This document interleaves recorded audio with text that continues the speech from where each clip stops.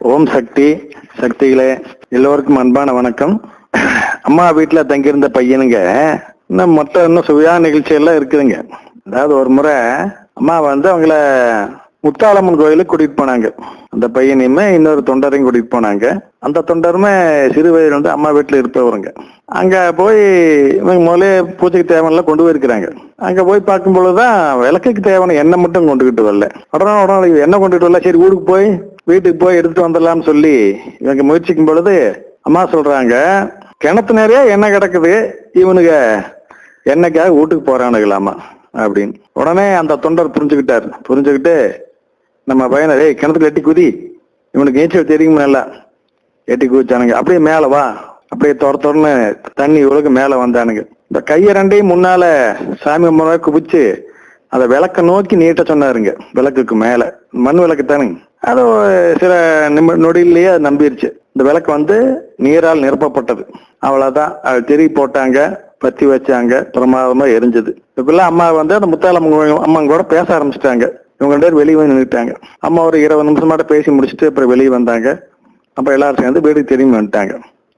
திரும்பி வந்து உட்கார்ந்த உடனேயுமே அந்த ஆலயத்தை பராமரிக்கிற பூஜை பண்ற தொண்டர் ஒடியாந்து, அம்மா அநியாயத்தை பாத்தீங்களாம்மா, யாரோ முத்தாலம்மன் கோயில விளக்குல தண்ணி ஊற்றி வச்சிருக்கிறாங்கம்மா அப்படின்னு ரிப்போர்ட் பண்றாரு. அப்ப அம்மா சொல்றாங்க, அப்படியா, சரி, நீ அதை கீழே கொட்டிட்டு எண்ணெய் ஊற்றி திருப்பத்தி வைப்போம், எண்ணெய் ஊற்றி தீபம் போடுவோம் அப்படின்னு சொல்லி அனுப்பிச்சிட்டாங்க. அதே மாதிரி இன்னொரு முறை மருவத்தூர்ல மழையே இல்லை, ரொம்ப வறட்சி, ஏரிகள்லாம் வறண்டு கிடக்குது. அம்மா சொன்னாங்க, இங்க சுத்தி இருக்கிற கிராம தெய்வங்களுக்கு எல்லாம் பூஜை போடணும். பூஜை போட்டா அம்மா எல்லாம் மழை பெய்ய கொடுப்பாங்க எல்லாரும் சேர்ந்து. அதை எப்படி எல்லாம் பூஜை செய்யணும், ஒவ்வொரு தெய்வத்துக்கு என்ன படையல், என்ன மாதிரி பூஜை முறை எல்லாம் அம்மா சொல்லி கொடுக்குறாங்க. அதுக்கு ஒரு டீம் அம்மா ஃபார்ம் பண்ணி அதுல நம்ம பையனும் இருக்கிறான், மற்ற 4-5 தொண்டர்கள் இருக்கிறாங்க.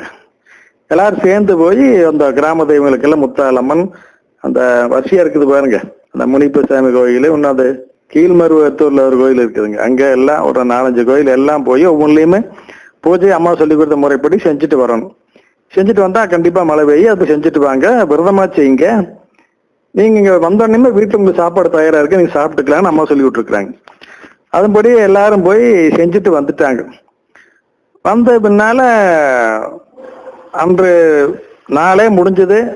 அடுத்த நாள் காலையில அம்மா அவங்கெல்லாம் கூப்பிடுறாங்க. மழை ஒன்றும் பேஞ்ச பாட்ட காணா, ஏன்னா நான் சொன்ன மாதிரி பூஜை பண்ணீங்களா அப்படின்னு கேட்குறேன். ஆமாங்கம்மா, நீங்க சொன்ன மாதிரி தான் பண்ணேன். ஏன்டா அப்புறம் மழை பெய்யல அப்படிங்கிறாங்க. இந்த தொண்டர்கள் அம்மாவுக்கு இடதுகை பக்கம் நிற்கிறாங்க, அம்மாவுக்கு வலதுகை பக்கம் யாரோ இருக்கிறாங்க, ஆனா அது இவங்களுக்கு தெரியல. இப்ப அம்மா விசாரிக்கிறாங்க. இந்த பக்கம் திரும்பி, வலதுகை பக்கம் திரும்பி என்னென்னவெல்லாம் நடந்தது அப்படிங்கிற மாதிரி துணையில் எப்படின்னு பார்க்கும் பொழுது அந்த தெய்வங்கள் எல்லாம் வரிசையா நின்றுட்டு கிராம தெய்வங்களாம் சொல்ல மாட்டிருக்குது. எம்பட கோயில் இப்படி தப்புனானுங்க, எம்பட கோயில் இந்த தப்பு மாதிரி தப்பானு ஒவ்வொன்றும் ரிப்போர்ட் பண்ணுது. அதையெல்லாம் கேட்டு அம்மா சொல்றாங்க, என்னென்ன இவங்க பண்ணாங்க அப்படின்னா, அதுல ஒரே ஒரு தொண்டர் மட்டும் எல்லா தவறுகளையும் எல்லா கோயிலையும் செஞ்சிருக்காரு. என்ன பண்ணாரு, நம்ம தேங்காய் உடைக்கிறோம் இல்லைங்களா, சில நேரங்கள்ல அதுல இருந்து ஒரு சில்லு தெரிச்சு போயிரு அந்த தேங்காய் பருப்பு. அப்படி தெரிச்சு போன தேங்காய் பருப்பு எடுத்து இவர் வாயில் ஓடுக்கிட்டாருங்க. அப்புறம் மீதிய அந்த சாமிக்கு படையல் போட்டாருங்க. இன்னொரு கோயில்ல சுண்டலை தலைவாலையில கொட்டி வச்சாருங்க. 2-3 சுண்டல் அந்த இலையை விட்டு வெளியே போயிடுச்சுங்க.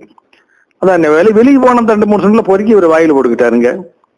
இன்னொரு கோயில்ல தீர்த்தம் ஊற்றி வைக்கணும் இல்லைங்களா, நீர் விழாவும் இருக்கு, அதுக்கு பாட்டில் தண்ணி கொண்டு போயிருக்கிறாங்க.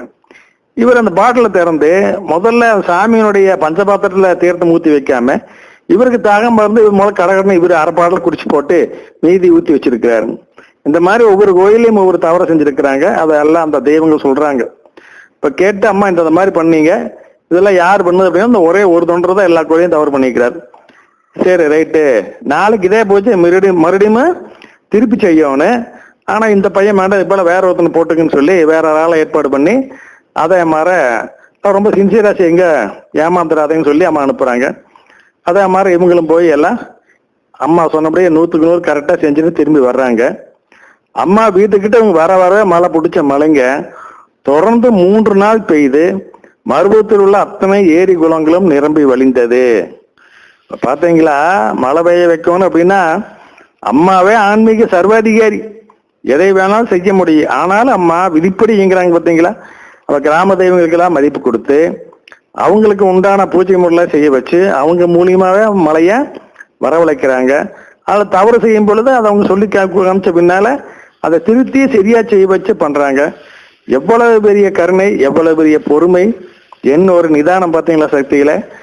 அது மட்டுமல்ல சக்தியில மறுபடியும் ஒரு தடவை இந்த பையன் என்ன பண்ணிக்கிறானுங்க, அவங்க சொந்த பந்தத்துல நல்லா இருந்த குடும்பங்கள்ல, அதாவது சம்பாதிக்கிற ஆம்பளை திடீர்னு இறந்து போயிடுவானுங்க. இந்த மாதிரி மாசம் ஒருத்தனா 9 ஆம்பளைக்கு இறந்து போயிட்டாங்க 9 குடும்பத்துல.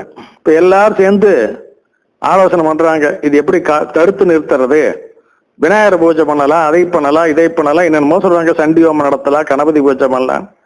நம்ம பையன் மட்டும் இல்லை, அதெல்லாம் இன்னும் வேண்டாம், அதனால எல்லாம் பிரச்சனை தீராது, எல்லாரும் அம்மாட்ட வாங்க, முடிச்சு எவாடை கட்டிட்டு எல்லாம் அம்மாட்ட வந்தீங்கன்னா அம்மா தான் அதை தீர்வு செய்வாங்க, அதனால எல்லாரும் வாங்க, நீ கெஞ்சி கூத்தாடு எல்லாத்தையும் கூட்டிட்டு வரானுங்க. மொத்தம் 15 பெண்கள் எல்லாரும் முடிச்சு எவாடையில் வந்தாங்க. இந்த பையன் உங்களுடைய அம்மா எல்லாரும் பாதை வச்சு உள்ள போனாங்க. அவங்கெல்லாம் இது வரைக்கும் அம்மாட்டே வராதவங்க, ஆலயத்துக்கு வராதவங்க, அதனால அந்த முறையில அவங்களுக்கு தெரியலைங்க. எல்லாரும் என்னமோ உரம்பரைக்கு வந்தவங்களாட்ட எல்லாம் போய் அம்மா முன்னால ஜமனங்கள் போட்டு கோந்துக்கிட்டாங்க. அப்புறம் இவங்க பாதை வச்சு முடிச்சோடனேயுமே இந்த மாதிரி விஷயம்னு சொல்லி நம்ம பையன் எடுத்து சொல்றானுங்க. எடுத்தோடனே அம்மா சொல்றாங்க, ஆமா எங்கிட்ட தான் வந்து அனுமதி கேட்டாங்க, அதை நான் சரின்னு சொன்னேன், அதுக்கு இப்ப வேகமா பொறுத்து வச்சானுங்களா அப்படின்னு விதியின் அதிபதிகளை பத்தி குறிப்பிடுறாங்க. அப்படின்ட்டு அடுத்த அம்மா கேட்கறாங்க, அந்த கூடத்தில் இருக்கிற ஒரு பெண்ணை பார்த்து, நீ வந்து எப்பவுமே என்னுடைய பக்தர்கள் அன்னதானத்துக்கு வந்து கேட்பாங்க, மன்ற விழா ஆடிப்புற விழாவுக்குலாம் கேட்டா ஜுருக்கு பையில 1000 கணக்கில் பணம் வச்சிருப்பேன், ஆனா ஒரு 10 ரூபாய்க்கு மேல நீ எடுத்து கொடுக்க மாட்டேன், அது போனா போகுதுன்னு எடுத்து கொடுப்பேன் மனசு இல்லாம, உன்னை நான் காப்பாற்றணுமா அப்படின்ட்டு இன்னொரு வேணை பார்த்து கேட்கறாங்க, நீயே 10 முளை 20 முளை பூ வாங்கிட்டு வருவேன், உன்னோட பெருமாளுக்கு சுத்துன்னு சுத்தி விடுவேன், எனக்கு போனா போதுன்னு ஒரே ஒரு கண்ணி மட்டும் நோண்டி வெட்டி வைப்பேன் என் படத்துக்கு, இன்னும் நான் காப்பாற்றணுமா அப்படின்னு கேட்டாங்க. அடுத்து இன்னொரு வேணை பார்த்து, நீ வந்து எனக்குன்னு முடிஞ்சு வச்சிருந்த காணிக்கைய உங்களோட கஷ்டத்தை நான் நீக்கி கொடுத்த பின்னால அந்த காணிக்கை எங்கிட்ட கொண்டு செலுத்தாம நீ வந்து பெருமாள் ஒண்டி போட்டேன் அப்படின்னு அம்மா சொன்னமே, ஐயோ ஆமாங்கம்மா தப்பு தாங்கம்மா, நான் ஒண்ணும் பண்ணலைங்கம்மா, எங்க வீட்டுக்காரத மாதிரி பண்ணி போட்டாருங்கம்மா அப்படின்னு அது மன்னிப்பு கேட்குது. இப்படி அம்மா மட்டும் மற்றவங்களும் ஐயோ எங்க நம்ம வண்டவாளத்துல அம்மா தண்டவாளம் ஏற்றிமா பயந்துட்டு இருக்கும் பொழுது அம்மா வந்து, சரி எல்லாருமே பெண்களா இருக்கிறீங்க, முழு செவ்வாடையோட வந்துட்டீங்க, அதனால நீங்க கேட்ட மாதிரியே இனிமேல் உங்க வீட்டுல இந்த பாடுபடுற ஆண்மகன் சாக மாட்டான், அந்த இறப்பை தடுத்து நிறுத்தி விடுகிறேன், ஒரு நிபந்தனை, மார்ச் 3ஆம் தேதி வருகின்ற மார்ச் 3ஆம் தேதி நீங்க எல்லாரும் இங்க வந்துடணும் அப்படின்னு சொல்றாங்க. எல்லாருமே சரி எங்க அம்மான்னு மண்டையை ஆட்டிட்டு வந்துட்டாங்க.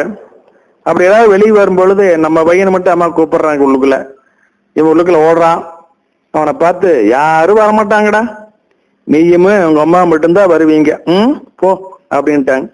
அதே மாதிரி மார்ச் 3க்கு முன்னாலே அவங்க எல்லாம் கூட்டிட்டு வரக்கு எவ்வளவு முயற்சி பண்ணாலுமே அவங்க எல்லாம் யாருமே வரலைங்க. அப்ப என்னாச்சு, ஆனா அம்மா வாக்கு கொடுத்துட்டாங்க இனிமேல் சாவு நடக்கான்னு சொல்லி.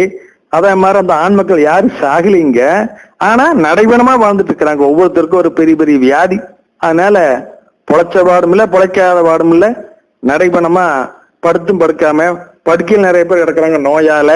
இந்த மாதிரி எல்லாம் வாழ்க்கை ஓடிட்டு இருக்குதுங்க. தெய்வம் தான் தான் எல்லாம் செய்யணும் காமிச்சும் கூட அத மனித மனம் ஏத்துக்க மறுக்குதுங்க. நாளை சந்திக்கலாங்க. ஓம் சக்தி பராசக்தி.